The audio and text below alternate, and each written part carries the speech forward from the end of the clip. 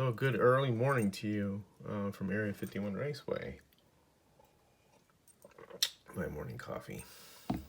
Got up real early, had to organize my area here, which I did.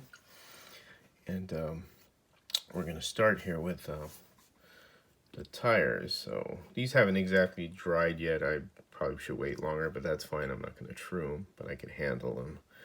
It's been maybe about over 9 hours, I guess, since these got glued on, but you could still handle them, put them on the car and pre-fit them and everything. So this is what we're going to do. I get my axles, and one note, when you do glue these on, what you'll need to do is, if you could see that, let me turn on the light here. This little hole there, I got like a pin vise and a small drill bit, which is the diameter of the hole. And basically what you want to do is so you could fit your tool inside here to loosen the wheel and stuff. Don't be afraid to do that. That's no big deal. See, that glue is pretty dried on there. But what you're doing is you're just making a hole so you could fit a grub screw tool so you could tighten the axle or the wheel onto the axle. So with that being said, I'm going to put my rear wheels on. And just like so.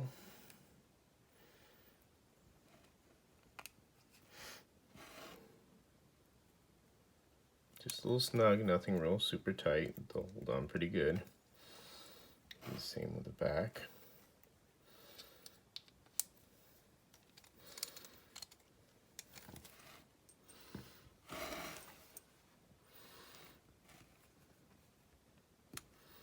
Just like that. Little tight, as you can see. You want some movement. There's no movement there, and that's not good. So you could grab this again and kind of pull it out a little, or if you can't hold it, tighten it again. It's still a little tight. Just keep working with it till you get some lash. You don't want it real tight, that'll cause binding. There's the lash right there, see? On this one, that's fine. You can make it a little looser if you want, but that, as you can see, that centering piece there on the crown gear is giving it so much movement. On a 1/8 axle, we'll usually put more slop onto it because they don't have this type of crown gear for it. So we use the Cox axles, so we give it a little bit more movement. And I can show you that on another car that I have on another video that that I'll do. And you get some movement there, which is good. 1 second here. Let me go off camera. I'm sorry. I need to adjust something again. But 1 sec. Sorry, not doing this in front of cameras. You kind of got to grab the car and handle it. But there you go. Some movement right there. Perfect. Nice and easy. You're gonna get your front axle, of course. Slide that on and put your wheel on. Now these axles right now are too long. Actually, you can see they protrude out, and what you'll do is I'm just initially setting this up. When I get the car finally all set, tires all true, I'll pull that axle in to flush with the wheel, and then I'll mark with a small Sharpie, kind of the end as far as the inside I could go, and then chop that off, and then clean the burrs off, and then that'll get your axle size. But it's always good to have more than less. Because if you have less, you need to, adjust, and you won't have that amount that you need. And there's nothing wrong with having a little bit more. It's just one of those things. One thing you want to do with the front is you want to set some play in this also. You don't want it tight because this will cause issues with the handling of the car. As soon as I get this booger in there, and I'm going to give it a little,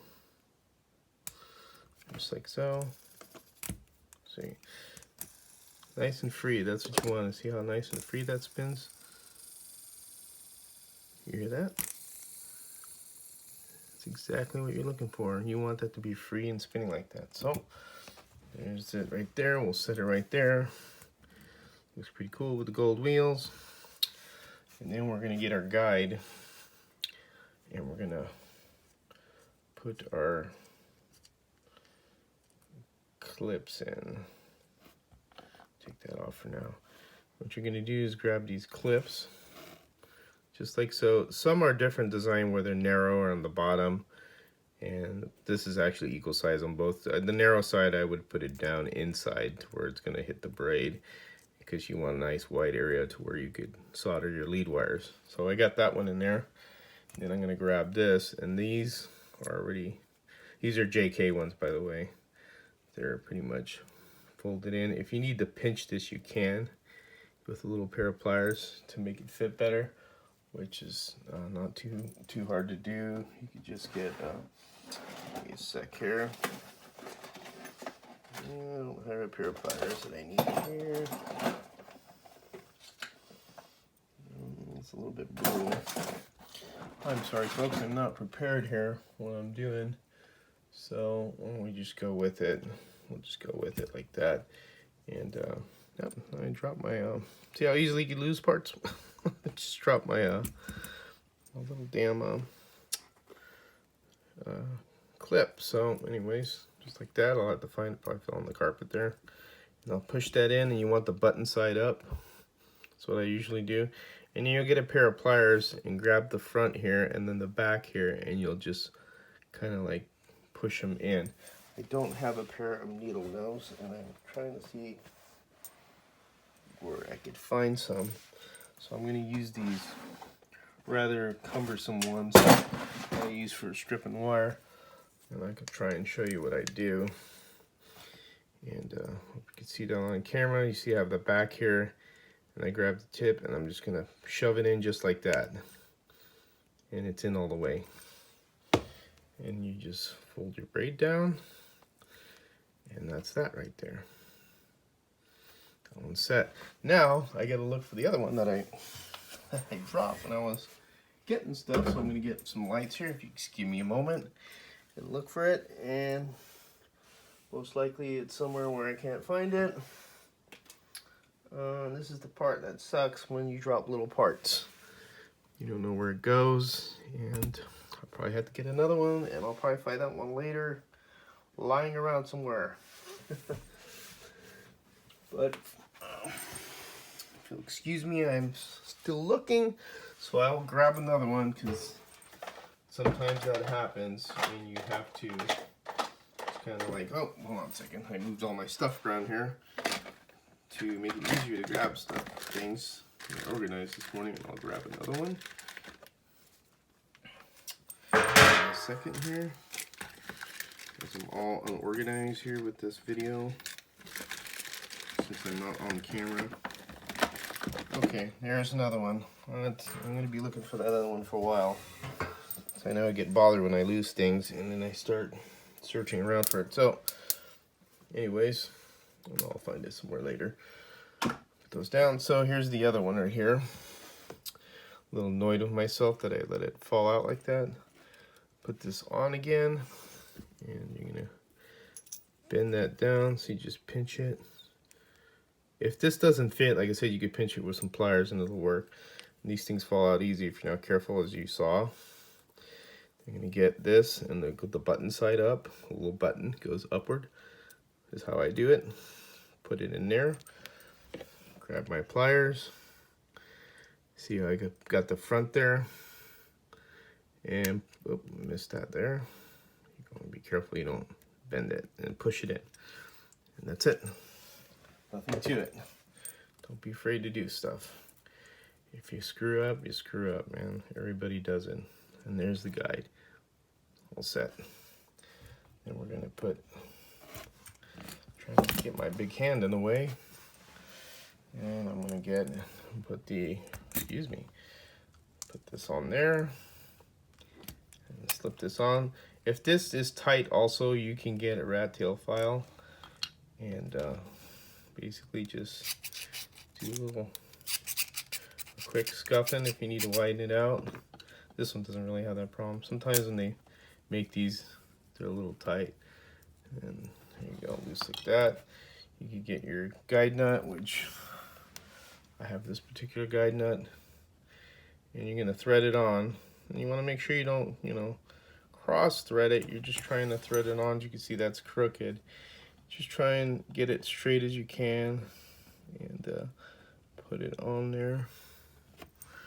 You can see me doing this, but there, that should go on a little bit straighter right there. Kind of hard to tell. You got to look at it from the side, and pop it in. So what I usually do is I'll get a, I think this is a 10 millimeter nut driver, and use a nut driver to put it on. See, it goes on just like that till you bottom out. A little snug there, and then I go a little bit back out because you want this thing to move around back. See how tight that is? You don't want that because that will cause handling issues. Loosen it up, and there you go. And see, you want to do back up and down. Just little bits like that. You don't want a lot of slop. That's fine. And you want this to be free. I may loosen it up a little as I put the leads on because I want the leads to return it to center when and I'll show you how I loop that. And get a little off there.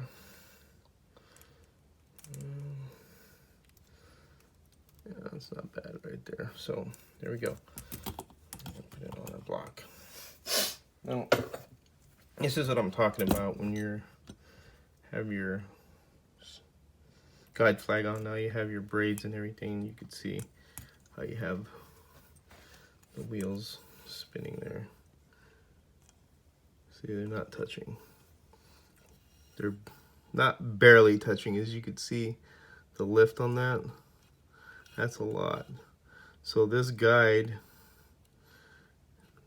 washer, I'll have to remove it and reduce, take that one out. So I usually do it that way first. Now when I true these, this is even going to get a little bit lower or less, you know, you're going to have less tire, so it's going to be higher off the block. So, and that's spinning too much and that's too high.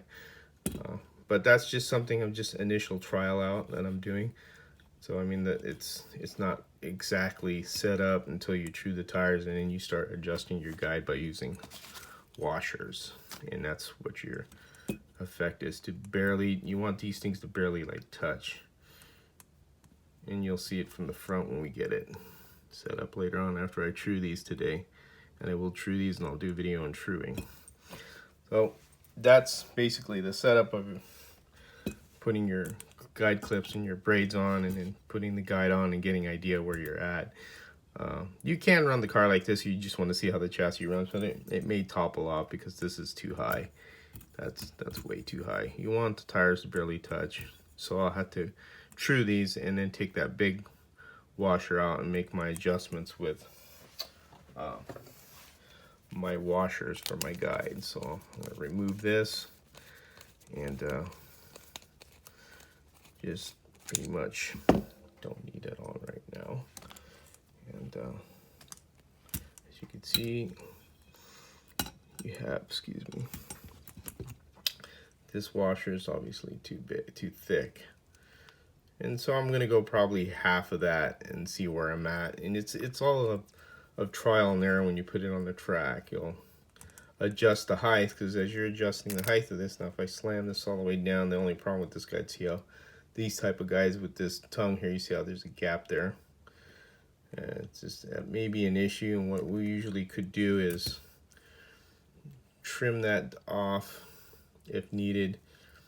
Or I have also the other guides, which it's about the same, but anyway, we'll figure it out. I mean, you can see that that's a little bit too, it's hitting that. And sometimes I have to trim this right here, the guide flag, and just kind of get a small Dremel and cut this plastic part out so that it will sit more flat on this surface because it's hitting this surface. So, but we'll have to see where we're at. I mean, we may just be fine right there, but I am uncertain because you could see that is about the same height almost as the washer. So what I'll have to do is chop this down, just kind of file it down to make an even surface. And this is a little tough because this particular, you know, guide is wide, and the commercial ones are a little bit different. But there's no problem with it, you know, making a modification if you need to. And I'll show you what I mean. So say you have, this is kind of like more of the commercial guys, and this is how they stick up. As you can see, that sits down there more. It's not a big issue. If you run into that, like I said, I usually trim. And again, don't be afraid to cut things. Just have an extra guide if you mess up, and that's what I'm going to do, is trim this down. Use my Dremel and trim it down very nicely, and then file it down smooth so it's so that we'll clear that, and then I could put less washers and I get the right height on it. So otherwise, that's it for this video. I'll do a tire trimming video, and then we'll go from there with setting up your guide and putting your lead wires. And pretty much after the lead wires on, you get your guide all adjusted up and your tires trued and set. It's pretty much a rolling, moving slot car, except without a body. And the body stuff you'll have to paint, you know, mount. And I could show you a mounting video too, how I mount them also. So that's it. You take care and have fun racing.